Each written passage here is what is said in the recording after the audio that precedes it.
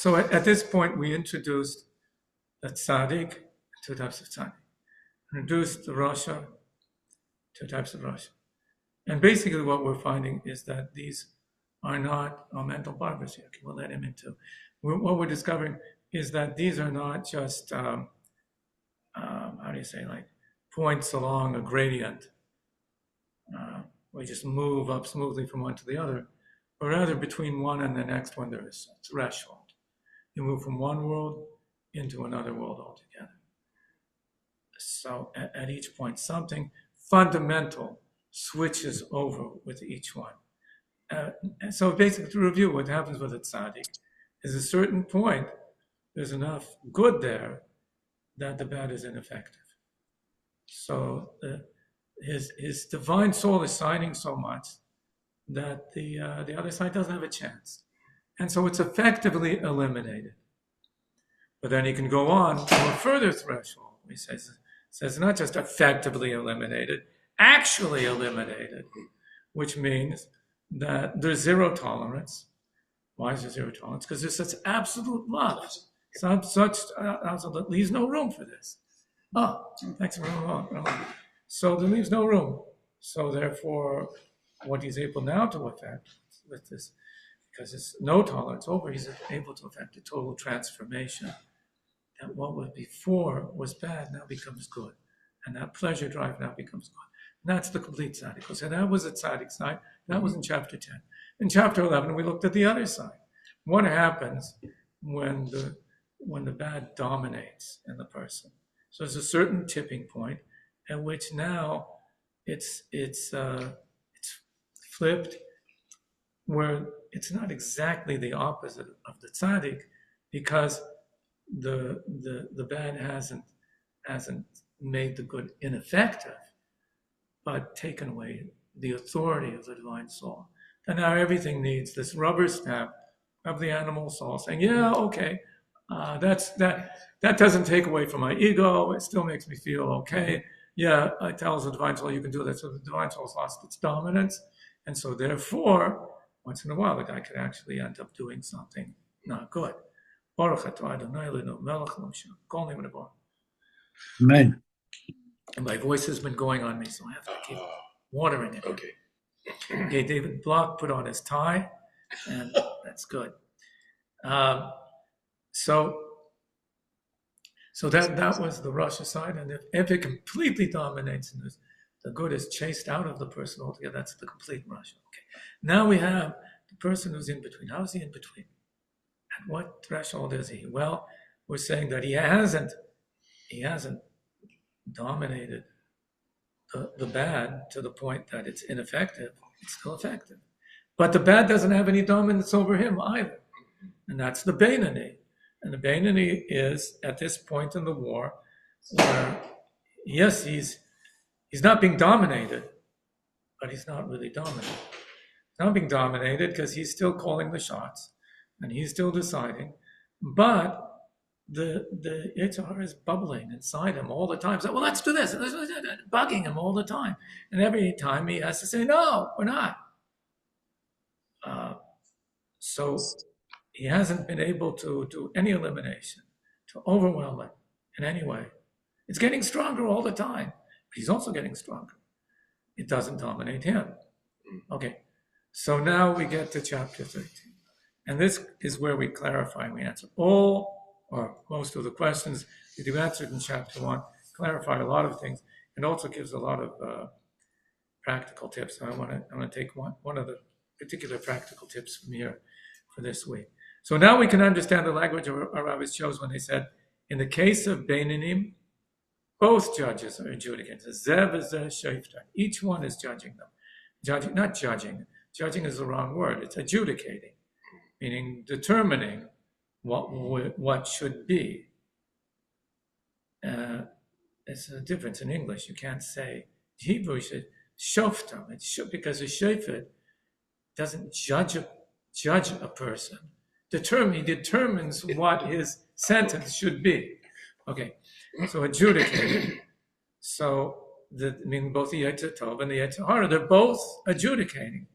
As it says, The Yamod Lamini of Yoni will stand to the right of the destitute person to save him from those who judge his soul. Judge his soul means they're adjudicating his soul. There's two sides adjudicating what's going to happen with him. And God is standing there to his right, to the right side, right? To the right side of the person who's, okay? So, you know, that they said both are adjudicating, not heaven forbid, both are ruling. They're not both ruling over him. After all, when the Yetzer Hara has any executive control in the small city, even for a brief moment, at that instant, that person is considered a Russian. So it can't have any dominance over here. So you can't say that in a Beinoni, well, both of them are dominant. No. As soon as that, okay, it's dominant, let's forget it. Okay. So we know that the divine soul, the Yetzer Tov, is dominant. It just didn't reach the point where the bad is batal b'shishim, is 1 part in 60th, or it's what's insignificant. It's still significant, but it's just not dominant. It's like you have these different types. We talk about bittul a lot. Okay? I think being batal. So, and we compared that last time we were learning it. A few weeks ago. Compared that to in halacha. So in halacha, you have different types of bittul. You can have something that falls in something, and it's like 1 in 1,000. Sometimes it's like it's not there. It's not even there. It's just 1 in 1,000. Completely disregarded. There's no importance here whatsoever. Then you have something that falls into something else, and it's not like not there, but it's ineffective still. 1 drop of milk and a big pot of soup, you're not going to taste any milk because of that 1 drop. I wouldn't drink it personally. But you weren't going to taste anything, so it's not having any effect there. Then you have other types of bittul where it's just not in the majority. Like there's a custom to, when you boil eggs, to always boil 3 eggs together. Why 3 eggs together? Because one of them might have a blood spot in it. And then if that one had a blood spot in it, was not the majority. The majority was. So that means it is there and it's effective, but it's not dominant. So to be a tzaddik needs a type of bittul where it's like the 1 in 60th type of bittul. It's ineffective. To be a Beinoni, as long as the bad is not dominant. So as long as you're a little over the edge, from 51% to making it 1 in 60. What's the percentage of 1 in 60? I guess it's like 1.9 or something, whatever it is. Okay. So if even for a brief moment that it's the person's considered Russia, so obviously there's no dominance there. So what is happening? Rather, the Yetzer Hara is comparable to a judge who sits on a case with 2 other judges and states his opinion. He has his opinion, fine. It's a free country. You can state your opinion, fine. We're Beinoni over here. State your opinion. Regardless of what he says, it's always possible that the final ruling will come out otherwise, since there's another judge on the case who may disagree with him. You say, no, we're not doing that. So one judge says, yes, we are doing that. The other judge says, no, we're not doing that. Okay, now what's going to happen? There's 2 of them. Which one is going to win? There then must be a 3rd judge to mediate, and the law goes to the mediator. Now this is going to get very interesting. It sounds like superficially, oh yeah, you start thinking about this stuff, it sends you spinning. There's 3 judges. One is the Yetzer Tov, one's the Yetzer Hara, right? One, Yetzer Hara always states its opinion first, right? And the Yetzer Tov is next, and there's a 3rd judge. Okay, hold on. Same here, the Yetzer Hara expresses its opinion in the left chamber of the heart. It's always first. It's a Beinoni, like first that urge. Never follow that initial urge, right? I'll tell you what, there's a term for this, like statistically, people generally fall for what first comes, what's most readily available. Availability, discretion, or something like that. So what people will do is come across a problem, and since they were just dealing with another problem, and the solution to that problem was this, they'll try that same solution over here, even though it's a different case. Okay, we do that all the time. So the first thing that comes to your mind is often, unless you're a tzaddik, it's often kind of stupid because it didn't take you long to think about it. I remember when this great rabbi was lecturing to the students, and he asked, it was a brilliant mind, Moshe Garari in Lod, deep thinker, intellectual, and he's teaching these young men, and he asks a very deep question, and immediately one of the students starts blurting out an answer. He looks at him, says, you know how much your answer is worth? As much as the amount of time, like a microsecond that you took to think before you answered, that's how much your answer is worth. Okay. So when your first impulse is, I'm going to do this, you're probably wrong, right? When it comes to a moral decision, like, should I bite his head off or no, I can bite his head off because that's the first thing that came to my mind, so I'll bite his head off. Okay. Doesn't work. Sorry. So the Yetzer Hara expresses its opinion in the left chamber of the heart. It always goes first. Me first. It's also in Pirkei Avos says that the Shisha Midas B'Golam, there are 6 things about the Golem and the Chacham. One thing about the Golem is that he always speaks first before someone who's smarter than him. That's the Yetzer Hara. That's how you know he's an idiot. He speaks first. Meanwhile, your cerebellum, frontal cortex is still processing, thinking through, but your brainstem is bang, we got the solution right away. Okay. From the heart, this opinion rises to the brain. In many of us, it doesn't start from the heart; it starts from the kishkas, from the pupik. Okay, down there or lower. It starts down there, rises to the brain for consideration. Immediately, the second judge descends. The second judge is the divine soul who resides in the brain and reaches outward to the right chamber of the heart, residence of the Yetzer Tov. Right, so now got 2 sides in the heart. One side of the left side of the heart is communicating the brain, and the brain is communicating to the right chamber of the heart. But they're in 2 different chambers, the right chamber and the left chamber. What's going to happen now? Okay, the final practical ruling is according to the mediator. That's God. Right? We said he stands on the right of the destitute person. That's God standing on the right chamber, coming to the aid of the divine soul. God who comes to the aid of the Yetzer Tov, as a rabbi said, if it weren't that God comes to your aid, you wouldn't be able to overcome the Yetzer Hara. And that should be obvious. Why do you think that would be that? You need divine intervention to overcome the Yetzer Hara.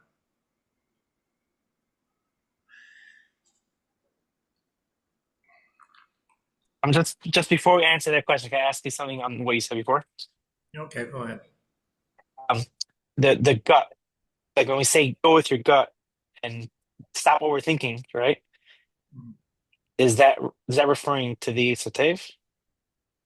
Or No, I'm saying that what's coming up from the gut, coming up from down there straight to the brain, first impulse, for people like us, I'm not talking about you, that's the mental, but regular people, that's I'm saying that's go with not coming from the divine soul. Divine soul takes a little more time than that. It's still considering the issues, has to think. I mean, like there's a person standing there right next to you, right before you, and you feel like doing this, right? But hold on, it takes time to think what's going on inside this person. What will happen if I say that?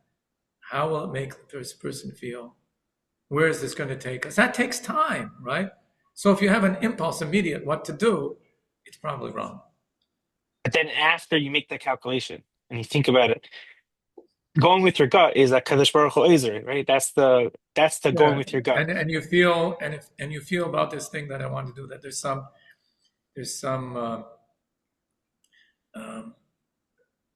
something pushing back that doesn't want to do this, but your mind is saying yes, you want to do this, so you should fail. Technically, you should fail, except that there's divine intervention. So that's the question I'm asking now. is why is the assumption that really you should fail over here, but there's divine intervention? Maybe because the world is predisposed towards the yes and no. The world is predisposed, Lord says, to the Yetzirah. You don't have to go as far as the world. Your body. One. Right? This is the emotions of the animal, the beast, who's controlling the body. You want them to turn up the heat, right? You send a message to the office, turn up the heat. The office sends a message to the superintendent. The superintendent goes down and tells the guy, the furnace, whatever, and he says, I don't want it. That's it. He's not. I remember this happening all the time in software. That the educators say it should look like this. Send to the design team. The design team designs like that. The corporates or whatever decide yes, it should be that way. The engineer gets and he says, nah, that's stupid.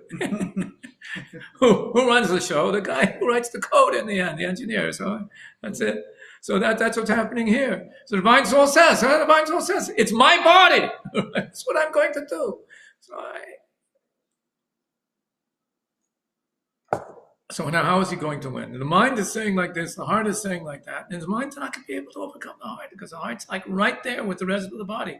The mind is coming, I'm the mind, yeah, but I'm here. You're up there above the neck. I'm here with the body. I'm running things. That's it. So he has this aid, God, divine intervention. God comes to your aid. What is this aid? It is the glow that God's light shines upon the divine soul. This provides the divine soul its dominance over the nonsense of the foolish Yetzirah, just as the dominance of a light over darkness. Okay, so what's happening, in other words, is this divine intervention is not something foreign to the divine soul. It's called a divine soul because it's divine. It means it's plugged in, it's connected. So when it comes up and says to the animal soul, no, we're not doing that. The divine soul laughs in its face. Well, just a minute. Look behind me. And there behind it is God himself because he's just a representative of that. So what happens at that point, in other words, in order to overcome the animal, when the divine soul is challenged, what happens is it reaches deeper. The divine soul reaches deeper within herself and finds there her very core where she is one with God. She's plugged in, and then her light shines.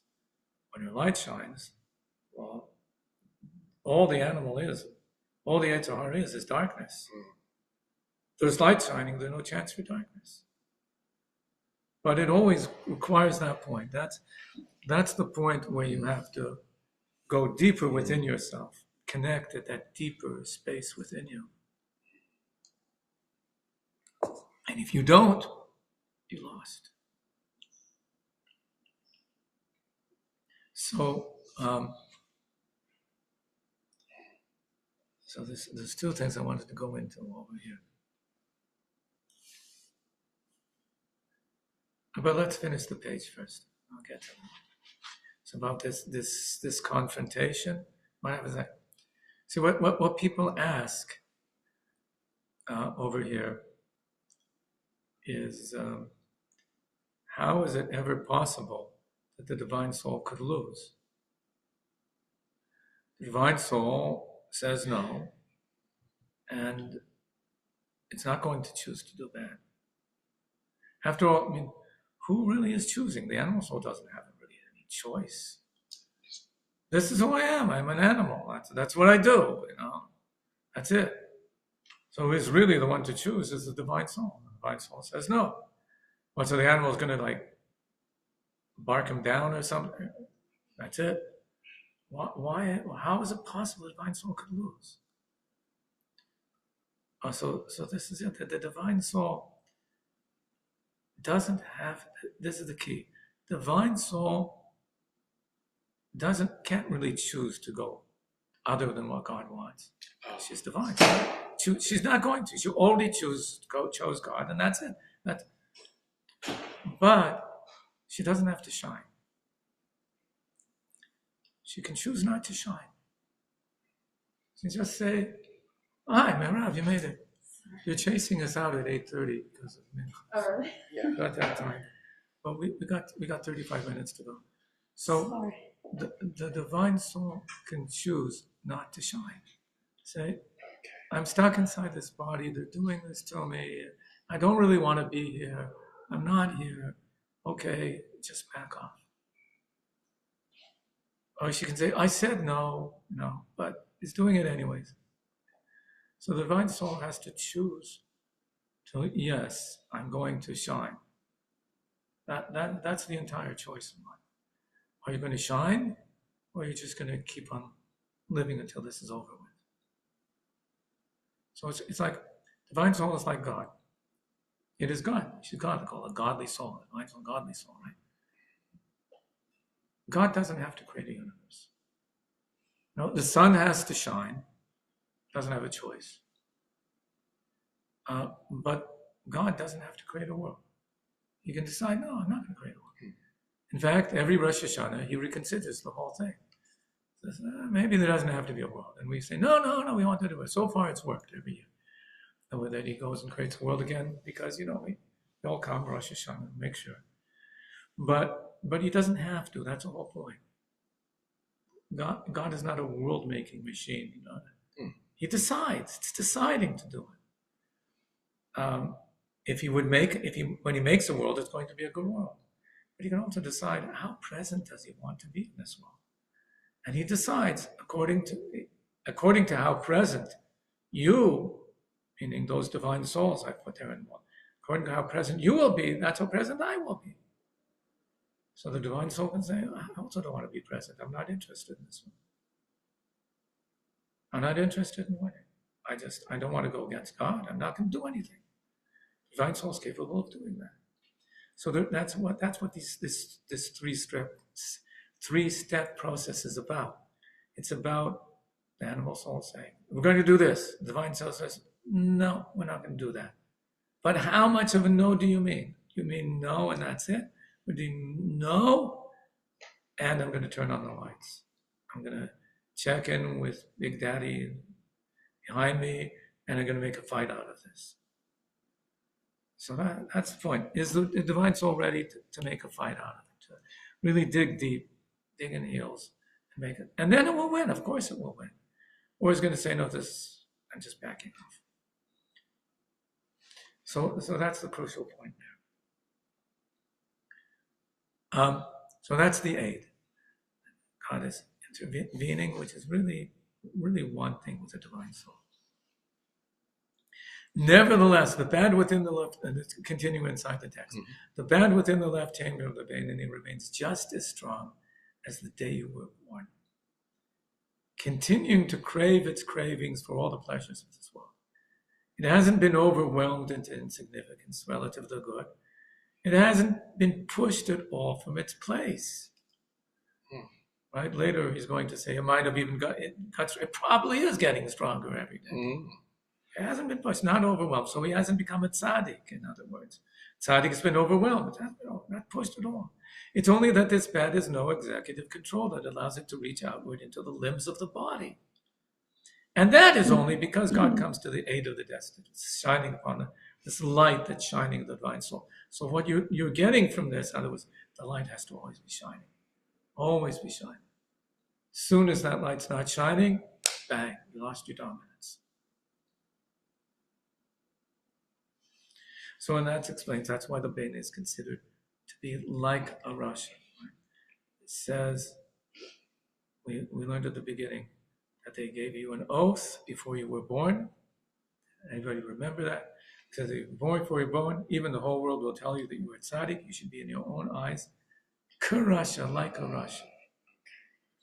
You're like a, so Beinoni really is like a Rasha, because the Rasha is still there. But he's constantly not being a Rasha.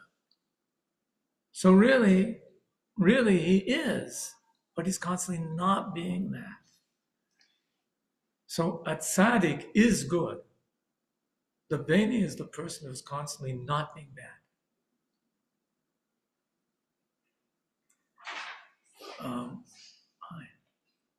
Which one do you? They took your phone. which one do you think is a more difficult type of agenda here? The tzaddik or the Beinoni? The tzaddik is there, he's good. I mean, he is light. He doesn't have to shine the light. He is light. And the Beinoni has to keep on light. Always keep that light shining. Always keep the light going on. Feed the fire. Keep feeding the fire. Keep feeding the fire. So he's in the midst of a struggle all the time, constant struggle. So which one do you think, if you were God, which one would be more impressive? I think it's got to be Which one? Huh? the Beinoni. Yeah, I see. He made more of them, so it every must be. Since he made more of them, I guess he's more impressed by them. Otherwise, he makes them. Well, because it's struggle every day. He's constantly. But the struggle, you see, the struggle, people misread the struggle. The struggle doesn't mean fighting, No. It's just keep shining. So, keep it, in other words, stay inspired. Keep yourself excited about it. Stay inspired all the time. Is staying inspired our free will? Yeah, so that's where your free will is. Okay, so that I just wanted to, because that then becomes a key thing to get up every day. Yeah. Is to be able to keep the spark glowing. Yeah. So that's the point over here. Like he said in chapter 3, to keep your mind connected, plugged in, and thinking about the right things, putting your head in the right space and so on, and keeping yourself flying all the time and shining. So that's the point, because that's the only way you're going to win. Okay. Until you become a tzaddik, where you completely are a fire. And then, okay, you're there, you arrive. Until then, it's every day you wake up and it's got to be a bigger fire than yesterday because the beast got bigger. So I got to be bigger too. Yep. And if I'm just the same as I was yesterday, well, the beast got bigger and I stayed the same. He won. That's it, hands down. So it's constantly this way. Okay. So there's 2 steps over here. I say the first step is detachment, and the second step is attachment and shining. You detach from this other opinion of the beast and say, I hear a voice. It's coming into my brain, but that's not me, that's the beast. I detect it, and I objectify it. And I say, just because it's screaming that I have to do that doesn't mean I have to do that. No, I say this so many times, and I somehow haven't yet convinced myself, even though it's something so obvious, that just because the beast inside says, I must do that, I have to, doesn't mean I have to. The only thing I have to is like I have to eat, I have to sleep, but other things I don't have to, okay? It's because it says, I mean I have to, okay? And then the other thing is to attach yourself to something higher. So there's a beautiful analogy for this. It's a story that the Rebbe told many times. So there was, the Alter Rebbe wrote the Tanya, and he made many Balei Tshuva, people who were sinners, and he turned them around. One of them was a wealthy man, turned him around completely, and out of this debt of gratitude, this wealthy man wanted to give the Alter Rebbe something, so he gave him a very fine silver snuff box. Rebbe, here's a beautiful snuff box made just for you. The Alter Rebbe was very polite, thank you for this. What am I going to do with the snuff box? I'm not interested. Alter Rebbe said to somebody, he said, there's one limb of the human body that doesn't crave, doesn't crave for desired pleasures. And now that also, we got to make it into an addict too, I looked this up the other day, that snuff, apparently people are still using tobacco snuff. And they think because it's safer than smoking. But actually, it's far, far dangerous and more addictive than smoking. Okay, so anyway, so Alter Rebbe didn't want to use it. I said, thank you very much, buddy. Okay. So what did you do? What happened with that snuff box? So you could find that snuff box sitting on the table on Pesach at the Seder, Passover Seder, because the Passover Seder is supposed to have fine silverware to look, should look royal. Yeah. So that would be there, the snuff box, but only the bottom part of the snuff box. The top part of the lid of the snuff box, he kept with his tefillin. So when he put on his tefillin, he could use it as a mirror to make sure that the tefillin was centered exactly on his head. That's what he used it for. Okay, so one time his grandson, Menachem Mendel of Lubavitch, was sitting with others, and somebody mentioned the snuff box. Maybe it was the Passover Seder. It was there, and said, "Yeah, that the Alter Rebbe broke it off from the snuff box to use it as a mirror." And his grandson said, "Heaven forbid! My Zayda never broke anything in his life. He didn't break himself. He didn't break others. He would never break a snuff box." So what happened? It's simple. There's a hinge. There's a pin. You pull the pin out from the hinge. That's it. Is that called breaking? No, it's not breaking. This is a beautiful mirror. And this is a nice tray. I don't know what they put, mints or something. Who knows what they put in there. And it's a nice tray. Nothing was broken. They're both fulfilling a far better purpose than they did before as an addiction, substance abuse. Now they both have good purposes. It wasn't breaking. It was a fixing, right? This used to be just a lid. Now it's a beautiful mirror for tefillin. This used to be for a substance abuse dish, and now it's there on the Passover table. So he fixed something, didn't break anything, and didn't tear it apart, because that's not his way. He didn't go breaking things. So when the Rebbe told the story, he took the whole thing apart. It says, this is analogous to what goes on inside ourselves. We start off with the divine soul and the animal soul are connected together by this hinge. Mm-hmm. And the divine soul appears to be just an appendage, like a secondary, just like the lid of a snuff box. It's there to service the snuff box. So the animal soul thinks the divine soul is there to service me. That's all. And therefore, if it's there to service me, it just has to close when I want it to close, open when. That's it. It's part of me. So the animal soul tells the divine soul, this is what we're going to do. And the divine soul, what's it going to do? It's part of it. It's only the lid. This is the base. Well, so what you have to do is just pull out the pin and detach. Which means, no, I'm not an appendage to a beast. I am a divine soul.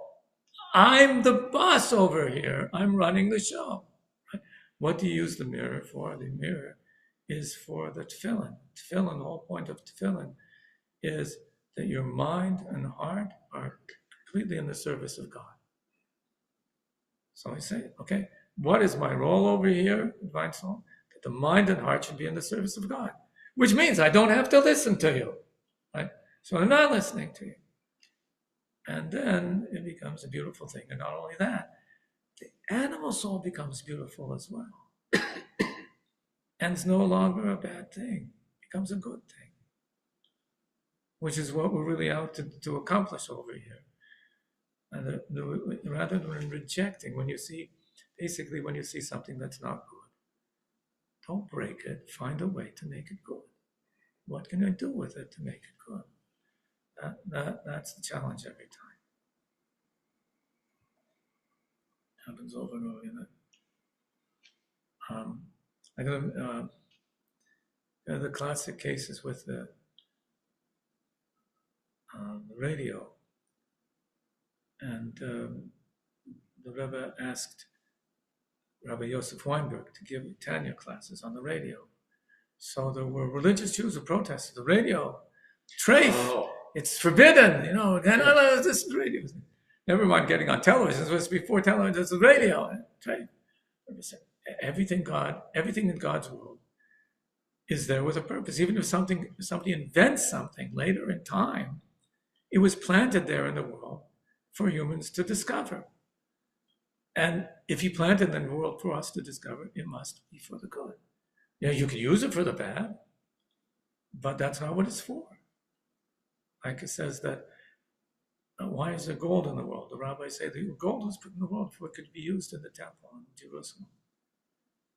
Once it's there, people use it for other things, but that's not what it's for. It's abuse. So the Rebbe said, any discoveries that we have, this is gold. It's to be used for good things. So the same thing happened again with the internet. Same thing happens again now with AI. Okay, whatever it is, it's planted there in God's will for us to use for good. Instead of saying, oh, it's terrible, it's bad, it's bad. In what way can you use it for good? That's your whole point. Find how to use it for good. Sometimes it means taking things apart and restructuring them, but that's a tikkun. It means you're now that you're using it for the good.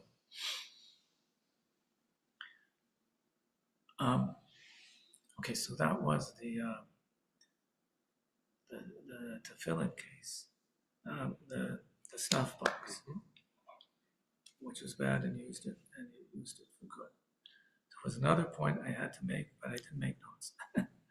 What can I do? Mendel, you disappeared. What happened? Did I answer your question? Yeah, he's back. Did I answer your question, Mendel? You're talking, but you're muted. Which question? I had a lot of questions. I only asked one. Forget it. It wasn't important to help you. No, I'm saying which question. I only asked one question. You answered my question a long time ago. Okay, good. But the main thing is, if it's, you have to know where things are coming from. If it's coming from a good place, or you don't know if you're rejecting something because it's bad in itself, or you're rejecting it because you don't know how to use it. And it's not bad, just you don't know how to use it. So it's the same thing as in our feelings. Like, we don't know if this feeling towards someone or something, or something you're dealing with is that you're supposed to like hear it out and like let it in, or it's not go with your gut and like push it away or whatever. So Knowing. I heard a book from a very wise man once, before I got married, Abba Paltiel. And he told me, I asked him what I need to know before getting married. He basically said, there's one thing you need to know.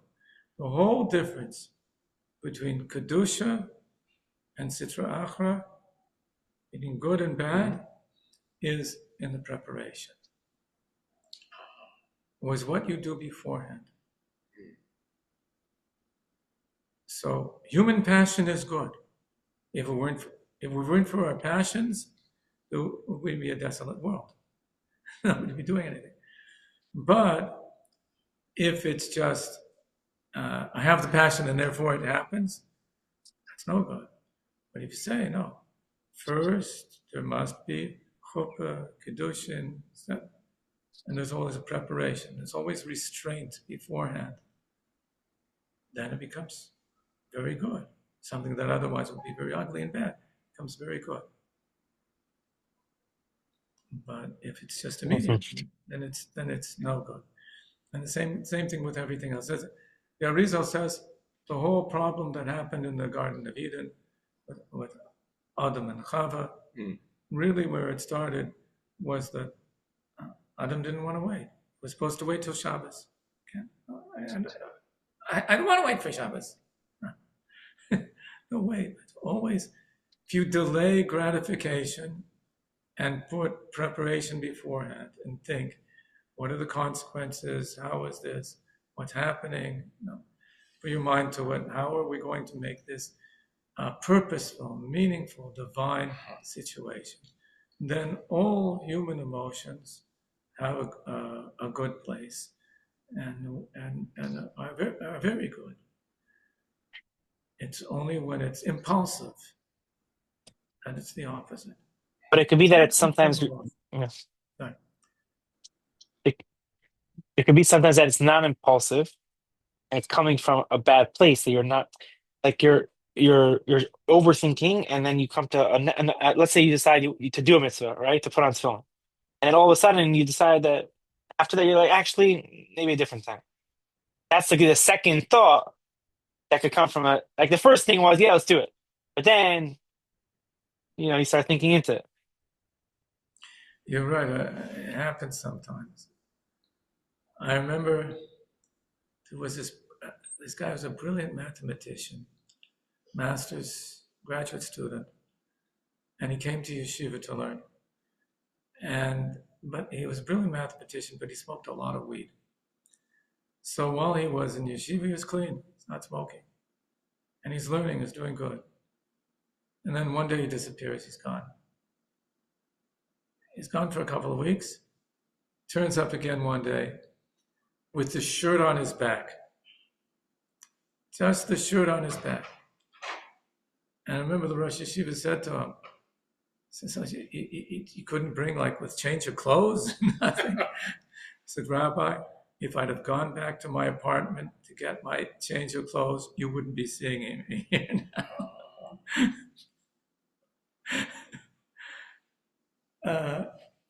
So sometimes you just gotta go.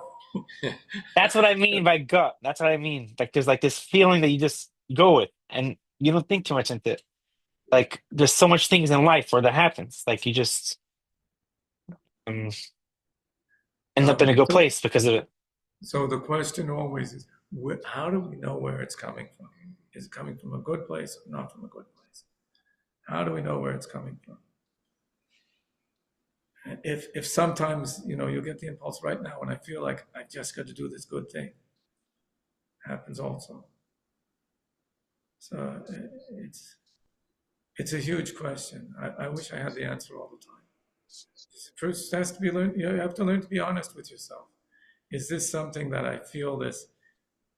The Baal Shem Tov said, and I try to follow this, but it's also very hard. It says to make a decision, you put yourself out of the situation. In other words, if I would have no benefit from this whatsoever, there'd be nothing in it for me, what would I decide to do? And then you'll come to the right decision. If somebody would come and ask me, what should I do in this situation? I would tell them to do the right thing. But I can't get myself to think that way because I so much want. Okay, if you can't think straight, your Yetzer Hara is involved. Now, I'll tell you one time when it gets very hard, Shlomo Melech says there's a time to speak and there's a time to be quiet. And sometimes you so much want to say something, but may not be a good idea. Embarrass somebody. Sometimes you so much want to stay quiet, but no, somebody has to stand up and protest. And it's so hard to figure out which one to do. So often you have a time you can go and ask somebody advice. What should I do? And sometimes you don't have that opportunity. So you have to sweat a little bit. And Is it possible in the moment, if you feel guilty about what happened, that you didn't say anything, or let's say you did say something and you feel you weren't supposed to say that, or you weren't supposed to respond to this person? I wish I had all the answers to these questions. Again, getting these messes all the time. I don't know who doesn't. Okay, but there are people who are wise and they're not driven by their emotions. And if you practice with yourself, you learn to keep your mouth shut most of the time. Most of the time, you're supposed to keep your mouth shut. But and then when you learn to keep your mouth shut, when you feel like speaking, maybe you'll speak when you feel like keeping your mouth shut. Maybe it just takes practice. Takes work. Mm-hmm. Okay. The other thing, this case of this person being, we said at the beginning of Tanya, the very first thing, Al ti rash b'fnei atzmach. You're not allowed to consider yourself to be wicked. Not allowed to consider yourself to be a rasha. Okay, but we're saying over here that really you are always a rasha who's not being a rasha. So what am I? He says, well, you should always consider yourself to be a Beinoni. But what do you mean to be a Beinoni? That you're not being a rasha right now. But what about a person who says, but I know I sinned to this and I did, and I know I never did complete tshuva, and I know I'm stuck in this stuff. What about if he's an addict? Something like he just can't get out of this. What's he supposed to consider himself? consider yourself the Rosh. He says you'll get depressed if you think that way. So I think what's coming out from here is what he's saying is how you have to think of yourself is, I'm always capable at any moment of not being a Rosh. I just have to turn on my lights and I'm there. And I should never think I'm just stuck in this position and I'll never be able to get out of it. This is what's truly expected of me, and this is what I'm completely capable of at any time. So not to consider yourself a Rosh, I say, okay, maybe I'm stuck at this place. I feel I'm stuck, but no, I have to know I'm not stuck there. Not like you might, what, you're looking for someone else? Maybe you're feeling, how do you say? Not hopeless, but you're putting yourself down and saying, I'm like this, and I shouldn't be like this, I'm like this, I shouldn't be like that. That's not good. You should never say about yourself that I am not good, or I am this way. You have to say, I'm trying to be good, and I'm not quite there yet, but I'm perfectly capable. I'm going to be there. That's the point of not consider yourself to be a Rosh. Even at the time when you might be doing the wrong things, but even at your time, you don't identify with that. No, that's not who I truly am. That's what it means to go beyond that. So the whole world is telling you that they might be telling you that you're a Russia, including yourself. You know, I'm not. I may be acting as one, but really I'm a Beta. I told you the story about a kid. Turns up in Brooklyn somewhere. New Test Kislev at a big Verbringen, and he's there in shorts and a baseball cap, and I don't know what else. And he's singing Nigunim. He pulls out the pictures of himself when he was a yeshiva bacher with his nice black hat, and looked so innocent and everything. And he says, I show these pictures to my girlfriend in Manhattan. She's not Jewish. I show her these pictures, and she says to me, that's who you used to be? And I say to her, that's not who I used to be. That's who I am. This is what you see of me now. That's not who I am. And that's a healthy attitude. Yeah. Okay, it looks like we're being invaded. I think we're being at this point. And then they broke up. Then they broke up. Then they broke up. Yeah, when he got to that truth, they broke up. Okay, next week I hope we're going to get through the whole of chapter 13, at least most of it, even though it's a long chapter. And I'll have everything prepared. There'll be more people sitting around the table here as well. So we will be in person. And we'll be in person, and we'll have the okay, good. And we'll have the proper format. But everybody's invading it. We got thrown out of the other room, so it's thrown into here, which just means we have to end early this week. Sorry about that. Okay. Thank you very much. Thank you. Yashkar. Thank you. Glad you're